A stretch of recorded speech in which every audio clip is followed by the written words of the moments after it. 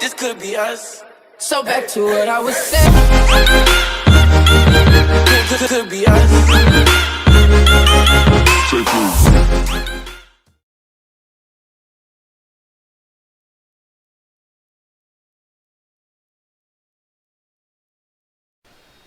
Hi guys, Dave from 3 Squad Mining here. Thanks for clicking on the video. Today I want to talk about triple mining, maximizing all of our resources that we have on a standard mining rig to utilize everything that you've purchased and to get the most crypto for your buck. And today I want to show you 3 different kinds of coin you can mine on a standard mining rig.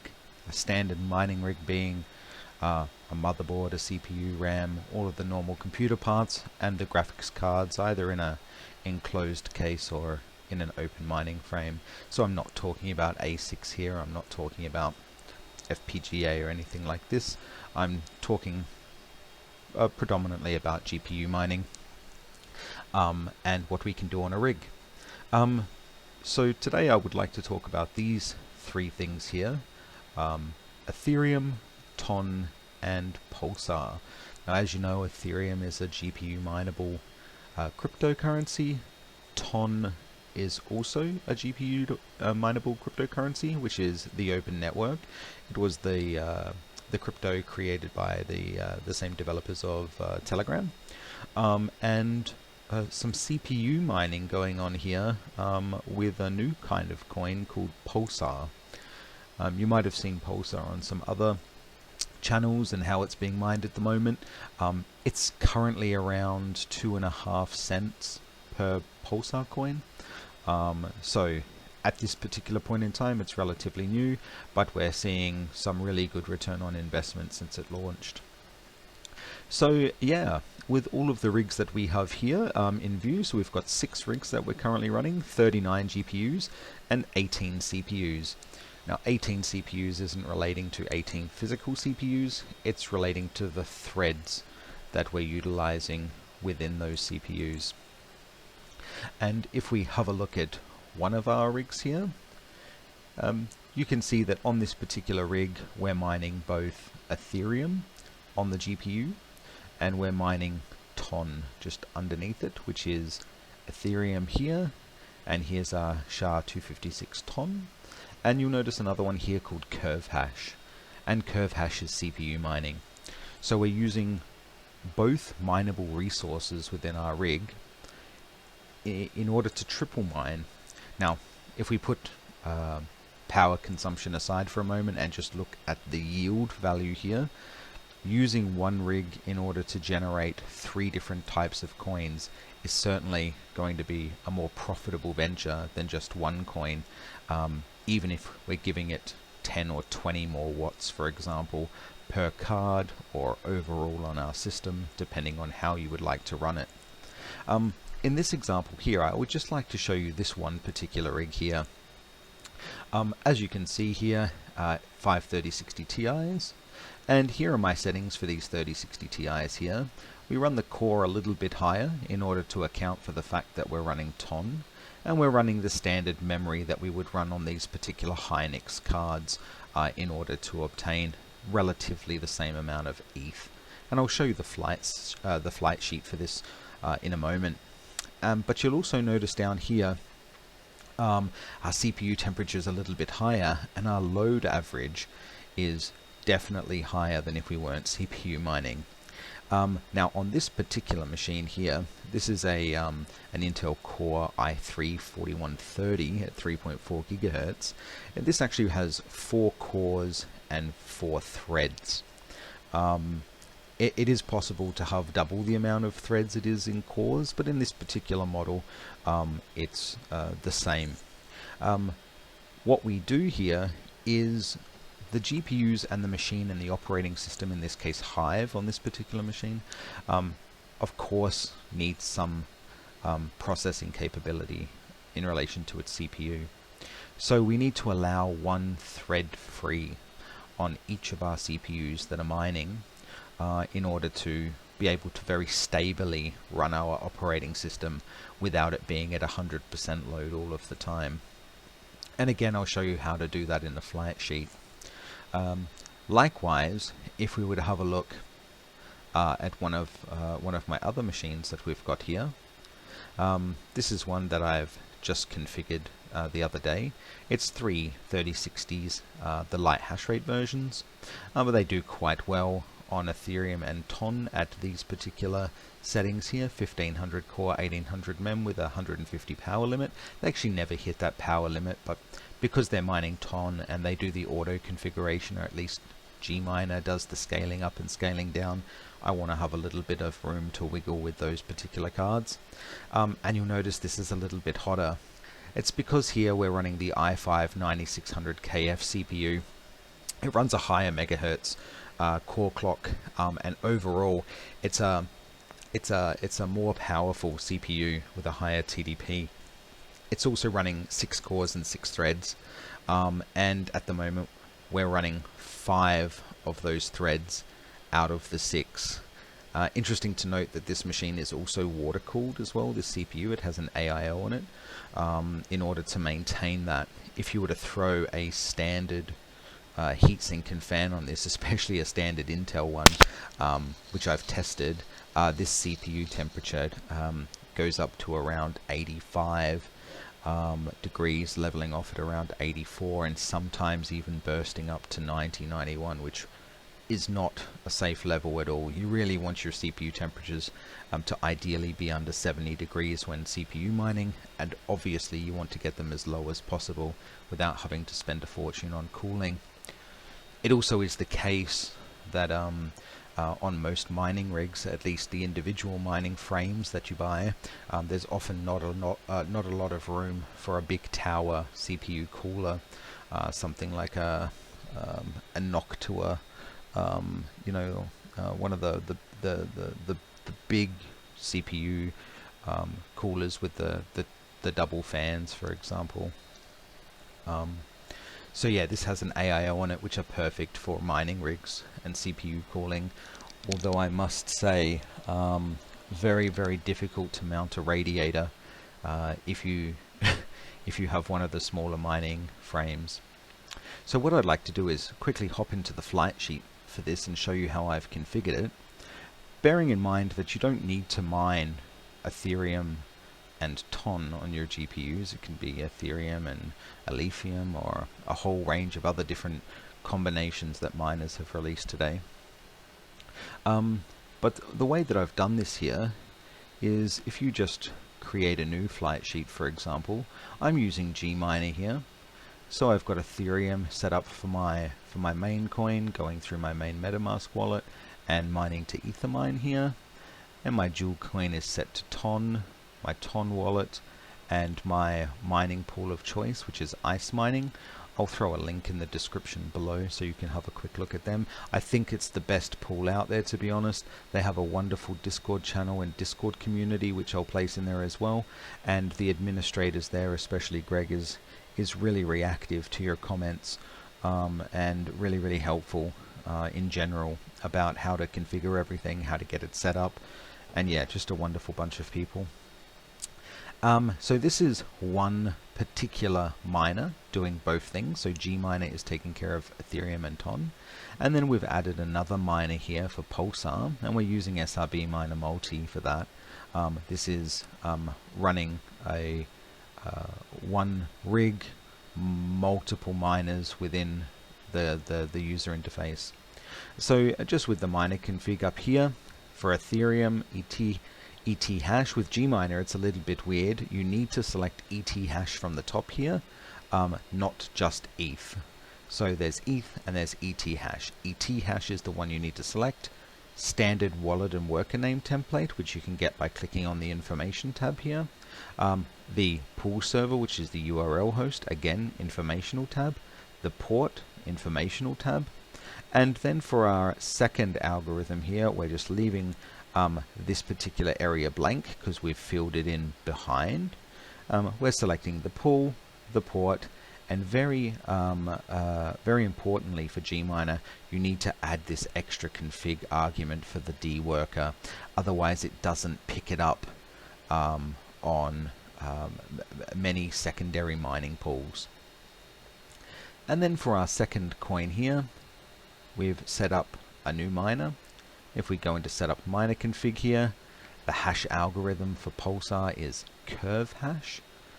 Standard wallet template from the informational portal, worker name, again informational tab, and then I'm using 𝑟plant.xyz to mine Pulsar. There's obviously quite a range of choices out there, so this is just my personal preference. And the important part is in here in the device config. So you can see that it offers you a wide range of different commands you can put in here, and the one that we're interested in is --CPU -threads, and 5 is relating to the amount of threads that I want my CPU to use. So again, the CPU on this particular rig has 6 cores and 6 threads. I've set it to 5 because I'm leaving 1 thread free to run my operating system.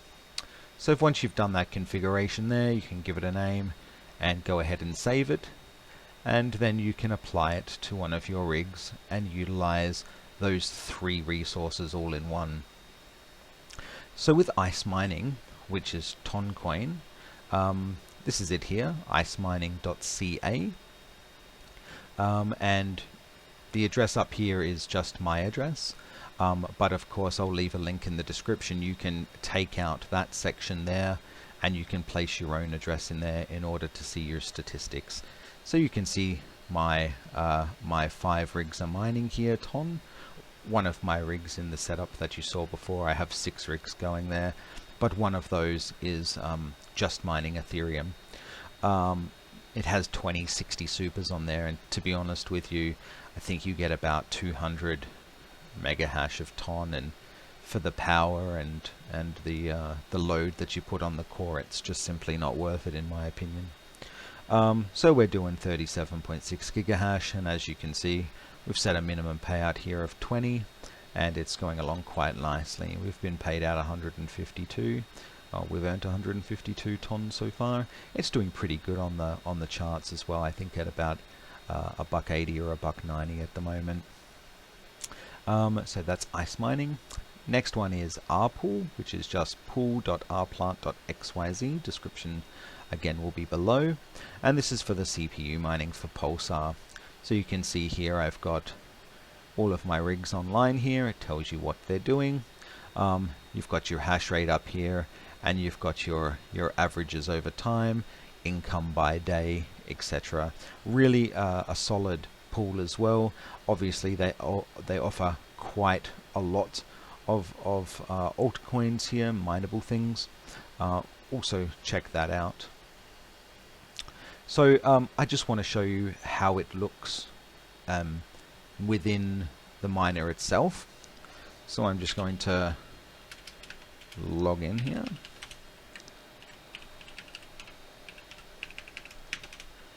Bring up my statistics. So when you're mining with 2 miner programs running at the same time, you'll notice 2 little tabs down the bottom here. This is gminer, which is my graphics card, and Ethereum and TON going through that there, the 3 3060s.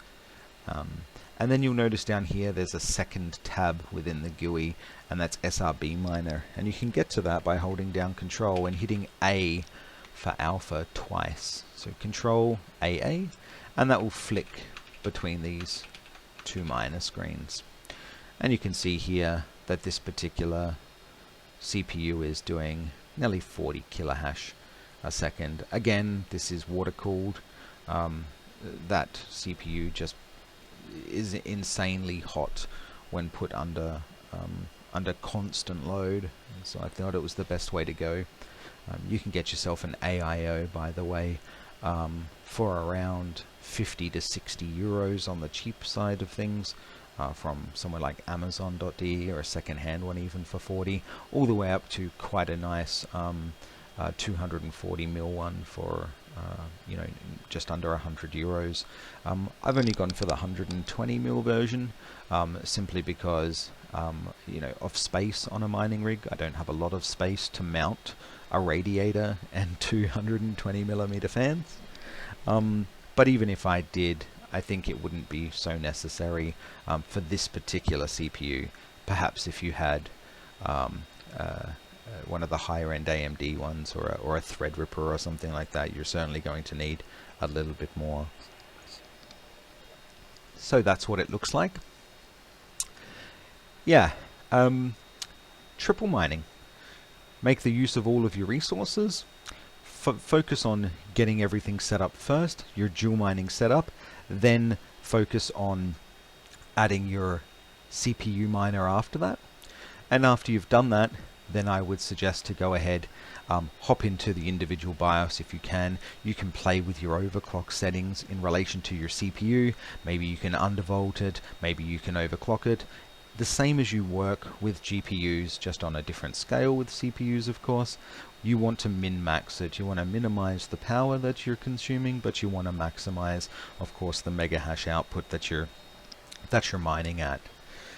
So there's triple mining for you, and I would highly recommend, if you're not CPU mining as well as dual GPU mining, which by the way is most certainly the most profitable way to go at the moment. My recommendation is Ethereum and TON, or Ethereum and Alephium. Both are really good projects, and both I think have some potential. It's certainly more profitable given the little bit more power you need to give it in order to have a secondary type of crypto income. Maybe you can hold it, maybe you just want to cash it out or convert it to another different type of coin. If you're interested in how to cash out TON and convert it, I do have another video about that. Also on the ice mining site, in the help guide, you'll find a video from me about how to cash that out or how to withdraw it, and also how to trade it. But yeah, I highly recommend triple mining. It's certainly worth the effort to do so, and I hope, since Pulsar is a very new coin, that it makes some headway, especially because CPU mineable coins seem, not to be at least on the surface as profitable as GPU mining. However, I think that's portrayed simply because the coins on CPU mineable coins are spectacularly lower than the prices of, let's say, GPU mineable coins. Ethereum, for example, one Ethereum, 2,700 euros, one Pulsar, 2.5 cents. You know what I'm getting at there. It just seems like they're miles away. But instead of making one Ethereum per day, of course, you're making 20, 30, 40, 50, 100, 200 Pulsar. And I might just add also about the Pulsar network is the coins that you mine to the wallet are also staked at the same time. And a block of Pulsar is 90 coins at 2.5 cents. So, mining the coin, having it stake itself, is really money for jam, especially if you've got a treasure trove of CPUs sitting out there, maybe 30 or 40 different mining rigs you've got, or some cloud network you have access to. Throw your CPUs on there, put them to work. Don't let them sit idle, doing nothing, consuming a small amount of power for air. Essentially, put yourself a better CPU cooler on there if you need to. Work out whether or not your CPU has, well, how many cores your CPU has, how many threads it has. Go ahead and configure it in Hive. Check it out. And yeah, feel free to go ahead and leave a comment if you have a question about it as well. I'm always happy to answer your questions on these types of topics. You can find me in the Ice Mining Discord channel, and also some of the other Discord channels that I link in my description below. You can send me a private message if I'm not there, and I'm always happy to help you. So, I hope you enjoyed triple mining. Make the most out of the resources that you have. and I wish you the best of luck mining in the future.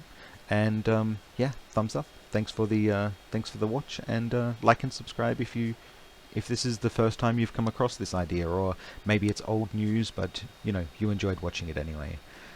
Thanks very much. Until we meet again.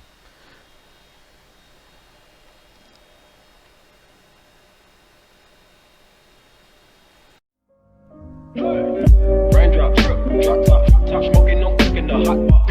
Fucking on your bitch, yeah, that. Cooking up, open the park pot.